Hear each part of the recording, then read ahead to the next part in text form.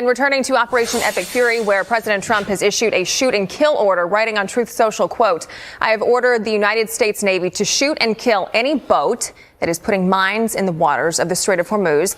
There is to be no hesitation. Additionally, our minesweepers are clearing the strait right now. I'm hereby ordering that activity to continue, but at a tripled up level." And the Pentagon posting a new video of U.S. troops seizing another ship carrying Iranian oil. National security and military analyst and international relations expert Rebecca Grant joins me now. Rebecca, thanks for coming on to talk about this with us this morning.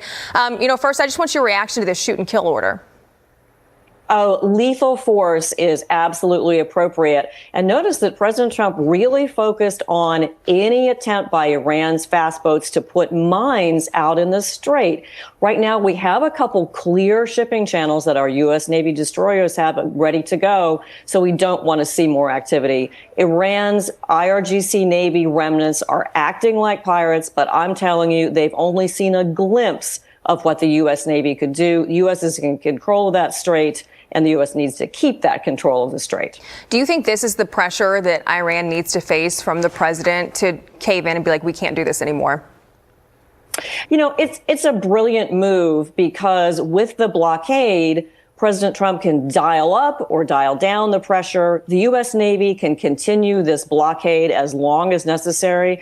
And it's amazing seeing the intercept of that Iran Shadow Fleet tanker in the Indian Ocean, okay? That's out in Indo-PACOM, Admiral Paparo's command. And so that tells us that Iran's Shadow Fleet is a target anywhere they are. That's a great message to China, and it really does lock down the pressure on Iran. They have no options at this point, and they are going to have to negotiate one way or the other. Do you foresee this coming to an end anytime soon? We'll get to China in a second, but, for all the people out there who didn't want to see this happen in the first place, and now it's dragging on into the second and third month, I mean, what do you think? Do you think this is close to being over?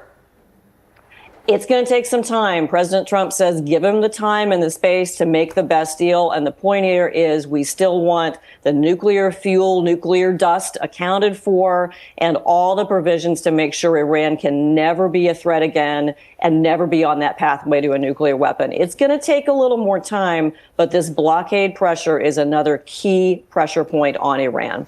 Okay, and then I want to shift to this now. You mentioned China, so we're going to talk about that a little bit.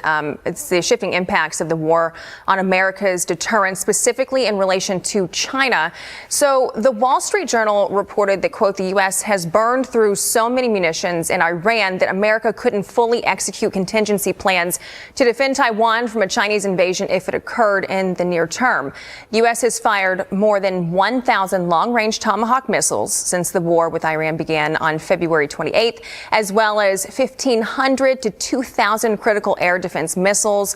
Wholly replacing those stockpiles could take up to 6 years. I mean, up to 6 years in replacement, that's a long time. What are your thoughts on this? Do you think that the U.S. and the military would be capable of deterring something against the U.S. or Taiwan? Are they even capable of that right now with everything we're dumping into Iran in the Middle East?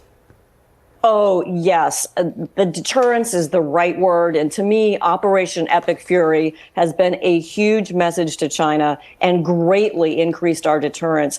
On those specific munitions, the Pentagon has just about tripled the production rate for some of them. Tomahawks are an older missile. We got a lot of them. We have a lot of other types of missiles in the inventory. And look, we've got 2 aircraft carriers in the Middle East right now, another one on the way, carrier in the Pacific. I think our deterrence against China has been made much stronger by the air dominance and sea power that we see with our 50,000 U.S. service members deployed in the Middle East. I think Operation Epic Fury has really scared Xi Jinping, no question about it. I mean, China's watching this like a hawk from every angle of this. What do you think? I mean, do you think that with the route that we're going right now, you talk about not just us using all of our assets and our military in the Middle East, but you got to think about the oil and the gas. I mean, it's coming at us from every angle.